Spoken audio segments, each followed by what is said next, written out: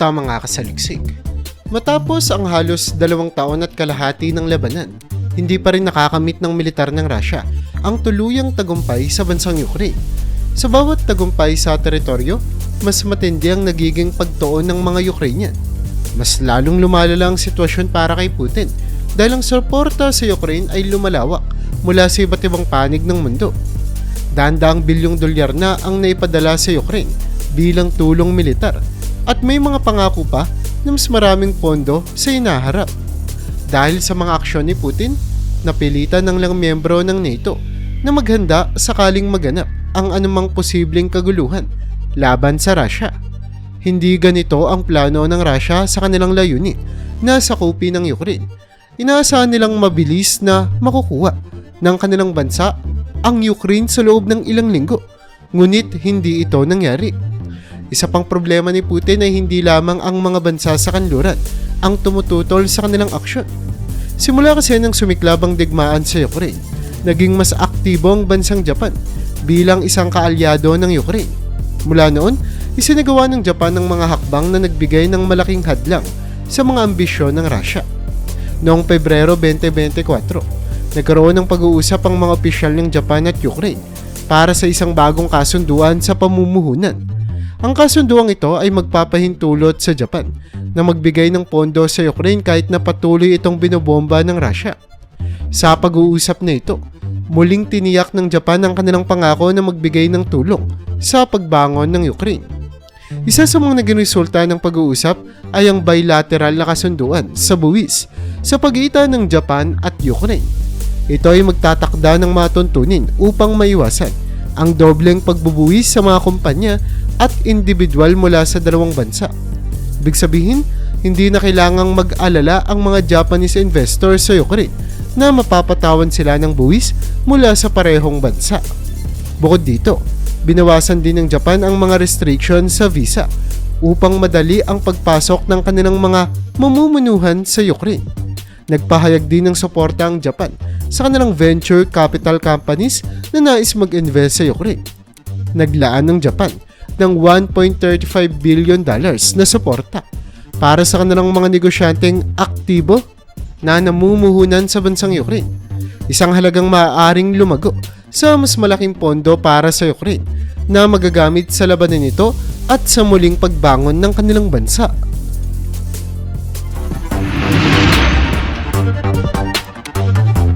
Ayon sa mga eksperto, nagbukas ang bagong kasunduan sa buwis ng oportunidad para sa malalaking kumpanya ng Japan gaya ng Toyota at Honda na makapagpatayo ng mga pabrika sa Ukraine. Ang mga pasilidad na ito ay nakafocus sa future o hinaharap. Nagbibigay ng trabaho sa mga Ukrainian pagkatapos ng digmaan at ipinapakita na mas handang makipagnegosyo ang mga internasyonal na kumpanya sa Ukraine kumpara sa Russia. Talaga namang isa itong matinding dagok para kay Putin. Hindi lang ito ang hakbang ng Japan laban sa Russia sa mga nakaraang buwan. Ayon sa ulat ng Voice of America, noong Pebrero 2024, nakapagbigay na ang Japan ng $10 billion na tulong sa Ukraine. Ang tulong na ito ay sa anyo ng humanitarian at financial aid, hindi kagaya ng mga military aid na ibinibigay ng ibang mga bansa. Matapos ang pag-uusap ng mga punong ministro ng Ukraine at Japan, inanunsyo na magbibigay ang Japan ng karagdagang $12 billion na tulong pinansyal, kung saan $4.7 billion ay matatanggap ng Ukraine bago matapos ang Pebrero. Dahil dito, napabilang ang Japan sa 5 nangungunang bansa sa pagbibigay ng pinansyal na suporta sa Ukraine, kasunod ng US, Germany, UK at mga institusyong European. Malinaw ang mensahe ng Japan kay Putin. Suportado ng Japan ng Ukraine. Kung hindi pa naiintindihan ni Putin ang mensaheng ito mula sa mga pinansyal na hakbang, tiyak na nakuha niya ito lalo na dahil sa naganap noong Abril 11, 2024 nang magsalita si Fumio Kishida sa harap ng US Congress. Doon, binigyang diin ni Kishida ang kahalagahan ng liderato ng Amerika sa pandaigdigang eksena at muli niyang pinagtibay ang suporta ng Japan sa Western global hegemony, bagay na kinukonsidera ni Putin bilang pagbabanta sa kanya. Sinabi pa nga ni Kishida na ang Ukraine ngayon ay maaaring maging katulad ng East Asia kinabukasan, na nagpapahiwatig ng posibilidad ng parehong sitwasyon sa rehiyon ng Indo-Pacific kung hindi agad aaksyon ng mga kaalyadong bansa. Pinasalamatan niya ang Amerika para sa tulong na ibinibigay nito, hindi lang sa Ukraine kundi pati sa rehiyon ng Indo-Pacific. Sa pagtatapos ng kanyang talumpati, isang malinaw na mensahe ang ipinahatid ni Kishida kay Putin. Patuloy na susuportahan ng Japan ang Ukraine. Kung may pag-asa man si Putin na maayos ang relasyon sa Japan habang nagpapatuloy ang digmaan sa Ukraine, tila natuldukan na iyon ng mga pahayag ni Kishida. Ang tensyon sa pagitan ng Japan at Russia ay matagal nang nararamdaman, at ang anunsyo ng Japan ng karagdagang pinansyal na tulong sa Ukraine ay isa lang sa pinakahuling salik sa serye ng mga hindi pagkakaunawaan. Isa sa mga pangunahing isyu ay ang pagkakaalitan tungkol sa mga isla na tinatawag ng Russia na Kurils at ng Japan naman na Northern Territories.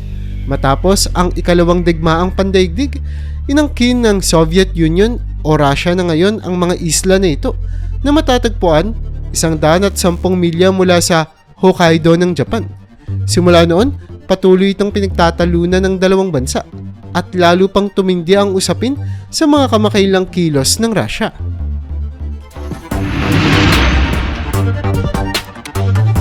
Noong unang bahagi ng 2010s, lumitaw ang posibilidad na may balik ng Russia ang mga hilagang teritoryo sa Japan. Ito ay ayon sa Center for Strategic and International Studies o CSIS. Dahil dito, naapektuhan ang patakaran ng Japan sa pakikipag-ugnayan nito sa Russia, kung saan ginugol ni dating Prime Minister Shinzo Abe ang malaking bahagi ng kanyang termino sa pagpapabuti ng relasyon sa pagitan ng dalawang bansa. Layunin ni Abe na lumikha ng mabuting ugnayan na magbibigay daan sa isang kasunduan para sa pag-aayos ng usapin sa teritoryo. Nagkaroon naman ng mga diplomatikong pag-uusap, mga proyekto ng turismo at maging ang pamumuhunan ng Japan sa mga pang-ekonomiyang pag-unlad sa ilang bahagi ng Russia bilang bahagi ng estratehiyang ito. Ngunit noong 2015, isinantabi ng Russia ang lahat ng mabuting ugnayan na ito na kanilang nabuo. Nagsimula itong palakasin ang presensya ng militar sa hilagang teritoryo na pinag-aagawan nila, na tinutukan ng CSIS sa pamamagitan ng satellite imagery. Ayon sa kanila, nagtatayo si Putin ng infrastruktura na napakalapit sa Hokkaido, humigit kumulang 14 na milya ang layo. Kabilang sa mga proyekto ng Russia ang pagtatayo ng mga barracks na kayang tumanggap ng 7,000 na sundalo sa Kunashiri, pati na rin ang pagtatago ng mga BAL anti-ship missiles o ASMs sa isla. Ang pinakatimog na bahagi ng isla ay 10 milya lamang ang layo mula sa teritoryo ng Japan. Sa Itarufu naman, may katulad na konstruksyon ng mga barracks at bastion ASMs na 50 milya naman ang layo mula sa Japan, at pinalawak din ang base at airfield sa Paramashiri na nasa 380 milya naman mula sa Japan. Ang mga BAL at bastion ASMs ay may saklaw na 185 hanggang 310 miles na nagsisilbing mensahe ng Russia na maaari nitong tamaan ang anumang barko na nasa malapit sa Hokkaido kung nanaisin ito. Nagsimulang tumaas ang tensyon sa pagitan ng Japan at Russia noong 2010s. Lalo pang sumiklab ang sitwasyon ng salakayin ng Russia ang Ukraine. Ngunit ipinakita ng Japan na hindi ito natatakot sa agresyon ni Putin. Sa kabila ng banta mula sa Hilaga, patuloy na nagbigay ng pinansyal na suporta ang Japan sa Ukraine. Bukod pa rito, isang Japan sa mga unang bansa na nakipag-ugnayan sa Amerika at mga miyembro ng Group of Seven o G7 para magpatupad ng mga parusang pang-ekonomiya laban sa Russia. Kabilang dito ang pag-freeze ng mga assets, paghihigpit sa mga SWIFT payment access, at mga pagbabawal sa import at export ng ilang mga produkto. Noong Abril 2022, binawi ng Japan ang Most Favored Nation status ng Russia at nagpatupad pa ng karagdagang parusa tulad ng export bans at mga pagbabawal sa luxury goods mula sa Russia. Patuloy pa rin ang Japan sa pagpapatupad ng mga parusa laban sa Russia hanggang ngayong 2024. Kasama na ang pakikipag-alyansa nito sa G7 para sa pagkap sa presyo ng langis ng Russia. Ipinakita rin ng Japan ang suporta nito sa Ukraine sa iba pang paraan. Tulad na lamang noong 2023, si Fumio Kishida, ang Pangulo ng G7, ay ginamit ang kanyang posisyon upang mapanatili ang atensyon ng buong mundo sa mga aksyon ng Russia sa Ukraine. Bumisita rin si Kishida sa Kyiv noong Marso 2023. Ang unang pagkakataon na bumisita ang isang pinunong Hapones sa isang aktibong war zone mula noong ikalawang digmaang pandaigdig. Kasabay ng pagbisita ni Kishida sa Kyiv, nagkaroon ng summit si Putin at si Chinese President Xi Jinping sa Moscow na parang nagtatakda ng mga malinaw na linya sa pagitan ng apat na bansa. Ang pagbisita ni Kishida ay nagmarka rin ng pagbabago sa tradisyon ng Japan na dati ay umiiwas sa direktang pagsuporta sa mga panig ng mga bansang nagdidigmaan.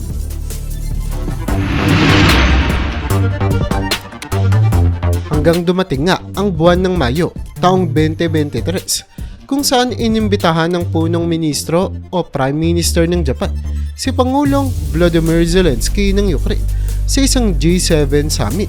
Kasama rin niyang inanyayahan ang mga kinatawan mula sa India, African Union at Association of Southeast Asian Nations. Isa itong bagong pagsubok para kay Putin dahil nakita niyang ang kasalukuyang karibal niya ay nakikipag-usap sa mga bansang nais niyang makuha ang simpatsya. Nakita natin dito ang pinakabagong hakbang ng Japan laban sa Russia. Ang pangakong bilyong-bilyong dolyar na tulong pinansyal para sa Ukraine ay bahagi lamang ng mga serye ng diplomatikong hakbang ng Japan. Ngunit bakit nga ba ngayon ay lubos na sinusuportahan ng Japan ang Ukraine sa laban nito sa Russia? Bagamat may mga ilang rason na nabanggit na, may iba pang mga salik na dapat isaalang-alang. Ang relasyon ng Japan sa Russia ay palaging punong-puno ng tensyon. Kahit noong panahon na sinusubukan ng Japan na magbigay ng diplomatikong tulay sa pagitan nila. Pinapalala pa ni Putin ang sitwasyon sa pamamagitan ng militarisasyon sa ilagang mga teritoryo na nagdudulot ng banta sa soberanya ng Japan. Ngunit hindi lang ito ang dahilan kung bakit unti-unting lumayo ang Japan sa diplomatikong pakikipag-usap at nagdesisyon na suportahan ng buo ang Ukraine. Isa sa mga pangunahing dahilan ay ang pagbabagong anyo ng patakarang panlabas ng Japan. Matapos kasi ang ikalawang digmaang pandaigdig, pinili ng Japan na ituon ang pansin nito sa pacifism o kapayapaan sa kanilang patakarang panlabas. Mapapansin ito sa mga pakikitungo nito sa Russia kung saan kahit na may tensyon sa mga teritoryong inaangkin ng Japan, hindi umaabot sa ganap na labanan ng dalawa. Ayon sa isang artikulong pinamagatang Historical Parameters of Japan Foreign Policy, naging matagumpay ang ganitong diskarte para sa Japan, lalo na noong maitatag ang Bretton Woods system na nagpapagalaw ng ekonomiya ng bansa sa pamamagitan ng pagsandig sa dolyar ng Estados Unidos. Sa ganitong paraan, nagawa ng Japan na malampasan ng mga krisis at digmaang nangyari sa Indo-Pacific at silangang Asya nang hindi masyadong naaapektuhan. Ngunit, unti-unti nang humihiwalay ang Japan sa patarang ito ng pacifism dahil sa mga pagbabagong nagaganap sa internasyonal. Ang patuloy na modernisasyon ng China mula pa noong 2000 ay isa sa mga dahilan nito, kung saan posibleng nararamdaman ng Japan na nawawala na ang posisyon nito bilang isa sa mga pangunahing tagapag-impluwensya sa rehiyon. Ang pagkakaalyansa ni Putin kay Xi sa maraming aspeto, kasama na ang militarisasyon ng Russia sa ilaga, ay nagbibigay ng karagdagang banta sa Japan mula sa dalawang makapangyarihang bansa. Dahil dito, kinikailangang baguhin ng Japan ang pambansang estratehiya nito. Ayon sa CSIS, nagsimula ang pagbabagong ito noong Gulf War noong 1991, kung saan umasa ang Japan sa langis mula sa gitnang silangan. Ngunit, nagbigay ng $13 billion upang suportahan ang mga puwersang lumalaban sa Gulf. Tinawag itong checkbook diplomacy dahil pinuna ng marami ang kawalan ng aktwal na tropa mula sa Japan sa naturang laban. Sa kabuuan, ipinapakita ng mga kaganapang ito na ang Japan ay nasa yugto ng malaking pagbabago sa patakarang panlabas nito, lalo na sa harap ng mga banta mula sa Russia at China.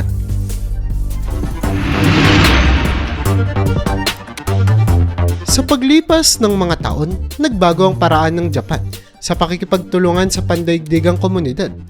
Ayon sa mga tala ng CSIS, Kasama rito ang pagtataas ng kanilang depensa at pagbuo ng mga alyansa sa iba't ibang bansa.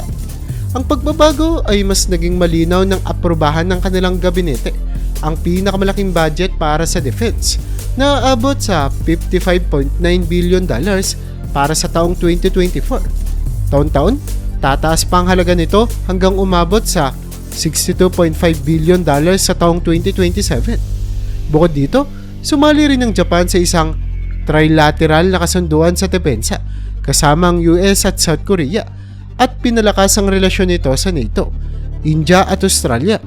Ang lahat ng ito ay tanda ng pagbabago ng kanilang patakaran sa ugnayang panlabas dahil hindi na sapat ang pagiging passive kumbaga sa harap ng kasalukuyang global na kalakaran.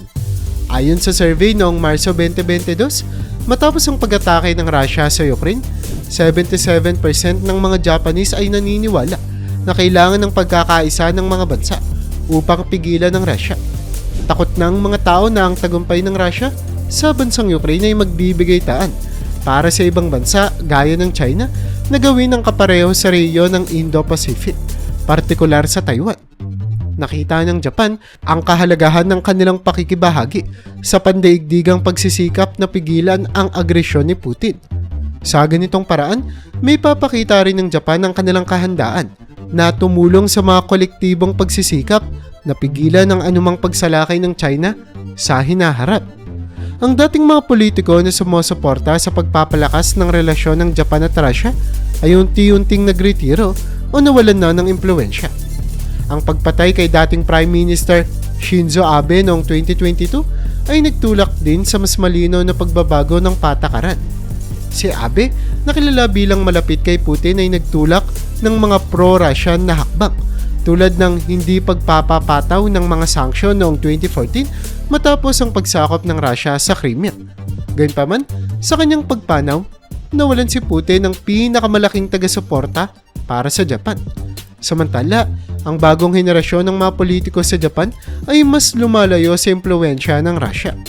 Sa katunayan, ang pagbuo ni Putin ng isang kasunduan sa depensa kasama ang North Korea noong Hunyo 2024 ay nagpatibay sa kanyang paglayo sa Japan.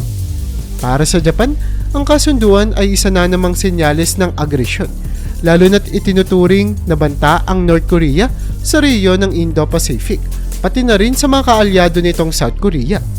Sa kabila ng lahat, ipinagpatuloy ng Japan ang suporta nito sa Ukraine, kabilang ang pagpapadala ng mas malalaking tulong pinansyal. Ayon sa Council on Foreign Relations, ang pakikipag-alyansa ng Russia sa North Korea ay nagpapalala sa sitwasyon, kung saan binigyang diin ni Prime Minister Fumio Kishida na hindi ito isang isyong eksklusibo lamang para sa Europa. Ang relasyon ng Japan at Russia ay tila hindi na nga mababawi, lalo na't sa bawat hakbang na ginagawa ni Putin ay patuloy lamang na lumalayo ang loob ng Japan.